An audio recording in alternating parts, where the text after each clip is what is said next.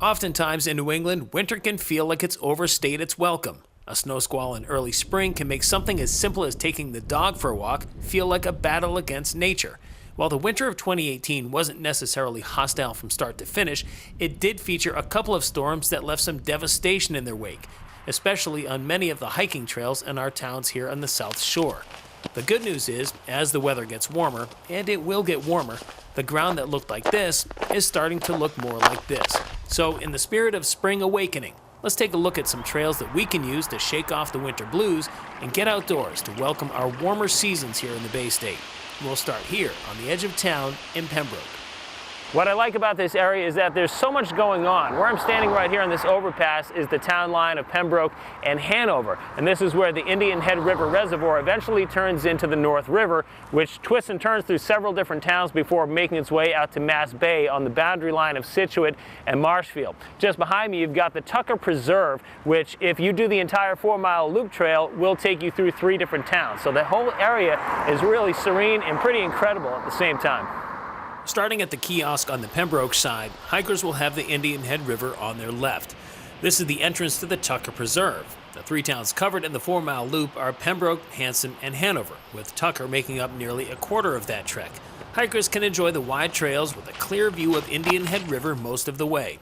And while the destruction from winter 2018 was no stranger to this spot, the tireless efforts from the folks at Wildlands Trust have allowed them to remain easily passable.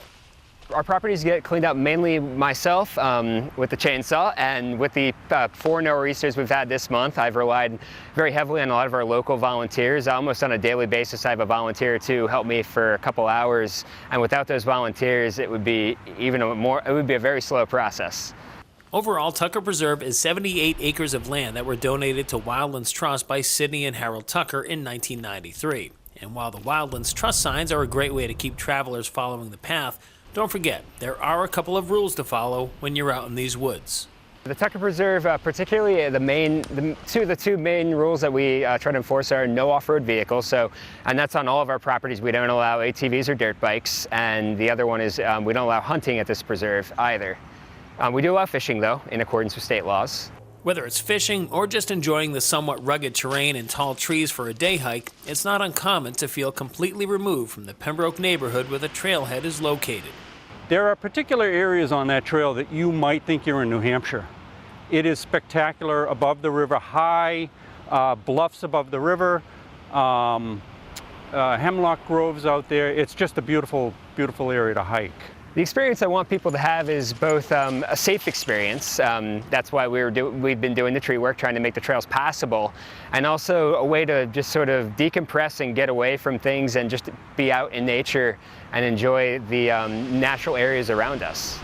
I could have probably stayed a few more hours just watching this water flow from the dam under the bridge, but we had to move on to our next spot in Kingston, where if you look hard enough, you could find this next trail hiding in plain sight. Of all of the entrance points to the trails on the Cranberry Watershed Preserve, this parking area off of Lake Street is the most limited. Hikers will notice on the way in that this is also a portion of the Bay Circuit Trail. But what should really stand out is this immense bridge that was put in here and unveiled for the public in October of 2017. It was about $15,000 or $20,000, and this is a new access to this Cranberry Watershed in that it crosses the Jones River, which you can hear below us maybe, which is flowing quite heavy right now. And we needed a way to be able to cross it at all times of year, not just when this river was fairly dry. And so we were able to get this aluminum bridge that was made way up in Bar Harbor, Maine, and delivered down here. It's about a 25-foot span over the river, and then it extends to a 300-foot boardwalk, which is elevated off the ground to take us through some kind of wet areas. Evidence of destruction from winter 2018 was apparent on this section as well, making for difficult hiking in some spots. But with over 3.5 miles of trails to choose from and several other entry points, all hope was not lost. While there is also parking on Grove Street, the most popular area to hit the trails from is here at the lower parking lot behind the Silver Lake Middle School. Entering here from the left or on the trail up by the water tower. Hikers and bikers can enjoy views of the Howard Brook Reservoir. There's also an entrance over by the sports fields. It's just up around the corner from this spot that travelers can get out from under the tree line and look at some of the old bogs. You may notice the letters X and C on these posts, and that's because much of this area is training ground for the Silver Lake cross country team. And since the team uses them so often, they help out with the upkeep. But with nearly 4 miles of trails, there's always need for more volunteers. We do look to get people to be assigned as land stewards. So if you live near a property, we really encourage you to reach out to the conservation agent, which is a full-time role in Kingston, and to offer to be a land steward, which consists of just notifying someone, either help pick up things or clear them off the trail, but we're not expecting you to have a chainsaw if a tree falls. Just notify the team and we can come out and we can clear it up and make it easy and enjoyable for people to walk. Unfortunately, we couldn't spend the whole day at the peaceful confines of the Cranberry Watershed Preserve and Bay Circuit Trail. We were off to Duxbury, home of the 823 acres of North Hill Marsh. The trails here at North Hill Marsh are probably the most extensive of any of the trails in Duxbury. They link to several other conservation areas. The habitat is mostly white pine, upland white pine. There's some change in elevation. That Watch Hill is in here, which is really interesting, but also you can go around some ponds. There's some streams, so it's a nice variety. One thing that's unique about North Hill Marsh is that it's owned partially by the town of Duxbury through the Conservation Department, but also part of it is Mass Audubon. And so we manage the pond itself and the upland right around the pond, and then the town of Duxbury has sort of all the wooded upland that you see and the adjacent cranberry bogs. Just like the other towns that we visited, the trails here were also not immune to the effects of the winter of 2018. Walking through the woods and seeing the devastation up close can be a real eye-opener as to the strength of the storms that pass through our way. When we visited this conservation area in the summer of 2016, we noticed the color-coded markings on the trees to let us know what trails we were on. That knowledge came in handy this time around as well, with so many trees down. We also kept our eyes open for ticks in 2016.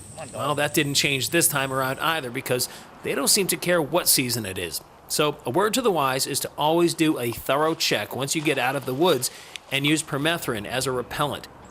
North Hill Marsh draws the biggest crowds as far as trail hikers and bikers are concerned. So if you're looking for a spot that receives a little less attention and with only 60 acres covers a lot less ground, look no further than about a mile up the road to the Crowell Conservation Area. From 1910 to 2010, these were cranberry bogs.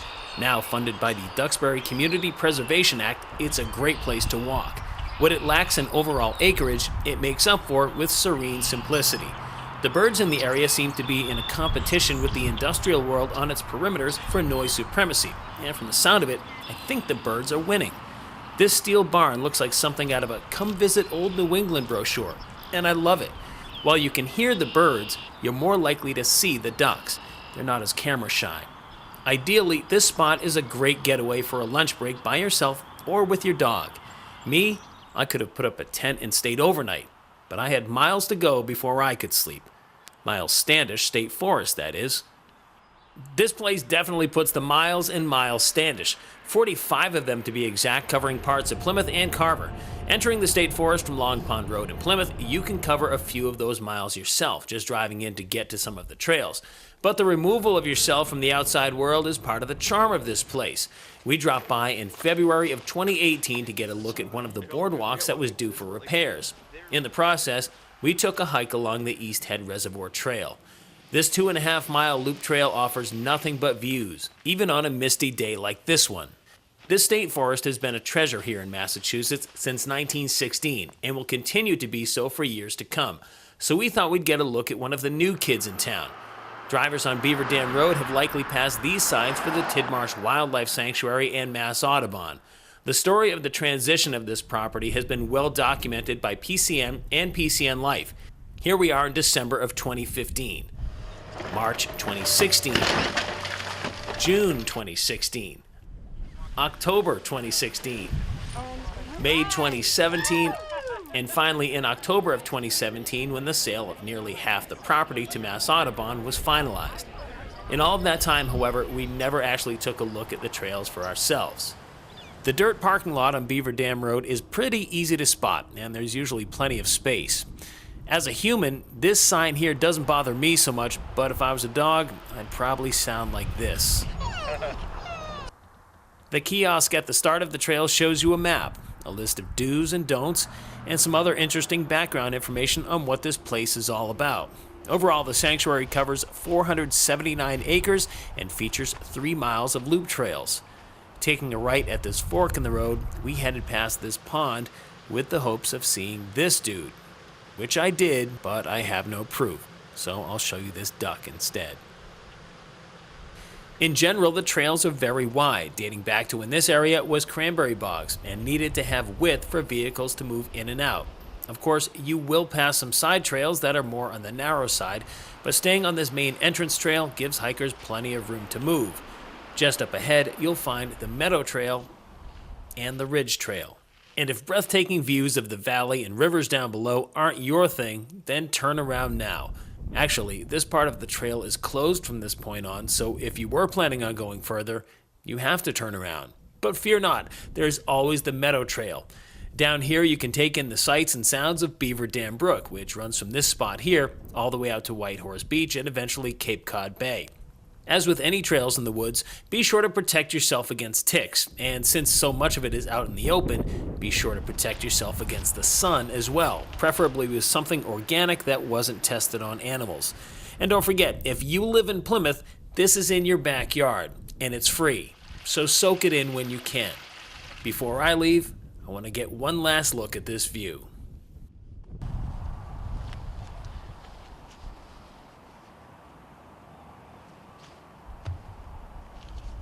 Of course, if you're looking for something with higher altitudes to it, I do have some vacation time coming up, so maybe I can take this camera up into the White Mountains with me. In the meantime, hopefully these trails we've showcased have given folks some ideas of places that you can go to get lost in nature without actually getting lost. Wrapping things up here in South Plymouth, I'm Brian Sullivan for PCN Life.